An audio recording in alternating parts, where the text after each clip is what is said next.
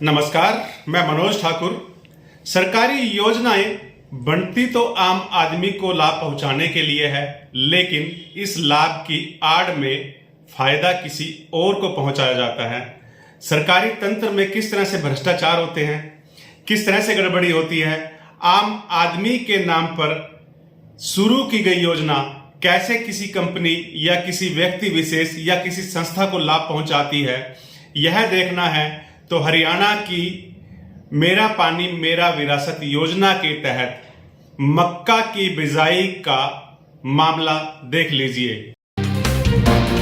योजना के तहत सरकार ने किसानों को मक्का की खेती के लिए प्रोत्साहित करने की एक योजना तैयार की, लेकिन जो बीज लिया गया वह किसी मल्टीनेशनल कंपनी से आया था।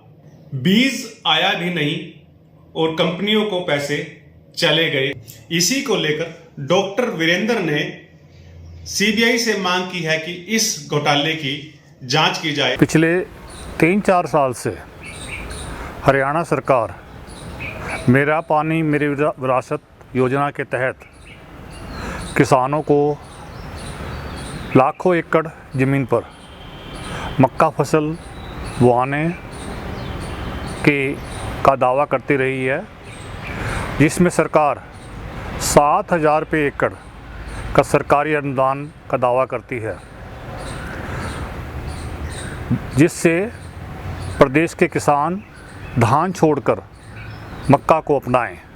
ऐसा सरकार का और ख़ास तौर से प्रदेश के मुख्यमंत्री श्री मनोहर लाल खट्टर जी का दावा है।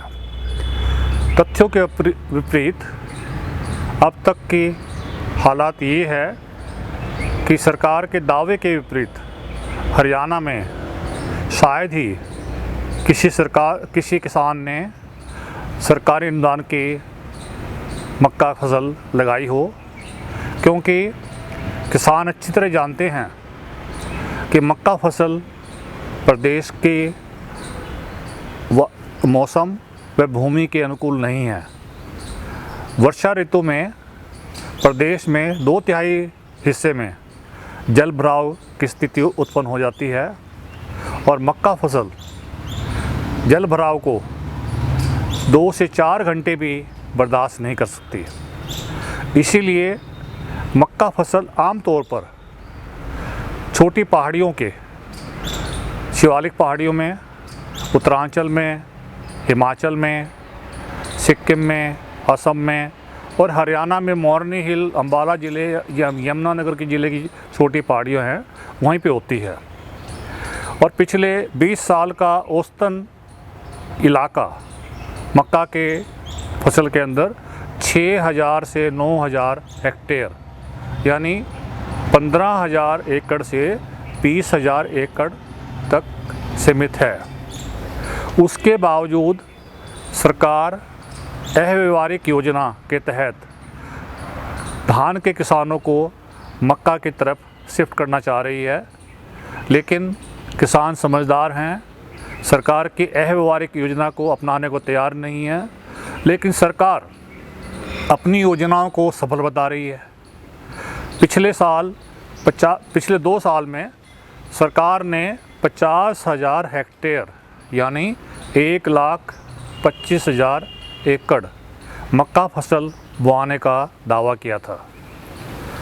फसल अगर लाखों एकड़ में सरकार ने बोआई थी तो उसका उत्पादन, मक्का उत्पादन जो लगभग 20 लाख क्विंटल बनता है, वो कृषि मंडियों में बिकने के लिए आना चाहिए था। सरकार ने दावा किया था कि हम इस मक्का फसल को, सरकारी अनुदान वाले मक्का फसल को एमएसपी पर भी खरीदेंगे, लेकिन तथ्य ये बताते हैं पिछले 3 साल में सरकार ने किसी एमएसपी पर मक्का फसल को किसी मंडी में नहीं खरीदा है और ना ही मक्का फसल अक्टूबर से दिसंबर महीने में मंडियों में आई है। तो ये घोटाला इसी तथ्य से उजागर हो जाता है कि जो सरकार 1,25,000 एकड़ मक्का फसल बोआने की दावा कर रही है, उसका एक भी दाना मंडियों में बिकने नहीं आया है। जिसका मतलब आम भाषा में हम कहें वो सारा का सारा मक्का अफसरशाही की, भ्रष्टाचार की फाइलों तक सीमित रहा है। इसीलिए मैंने 2 दिन पहले राष्ट्रपति महोदय जी को, प्रदेश के राज्यपाल महोदय जी को, मुख्य सचिव महोदय जी को और दूसरे अधिकारियों को एक पत्र लिखकर ये मांग की है कि सरकार इस मक्का घोटाले की सीबीआई से जांच कराए और मेरा पानी मेरी विरासत योजना के तहत मक्का फसल छोड़कर व्यवहारिक योजना सीधी बिजाई धान को 7,000 रुपये प्रति एकड़ से प्रोत्साहन दे।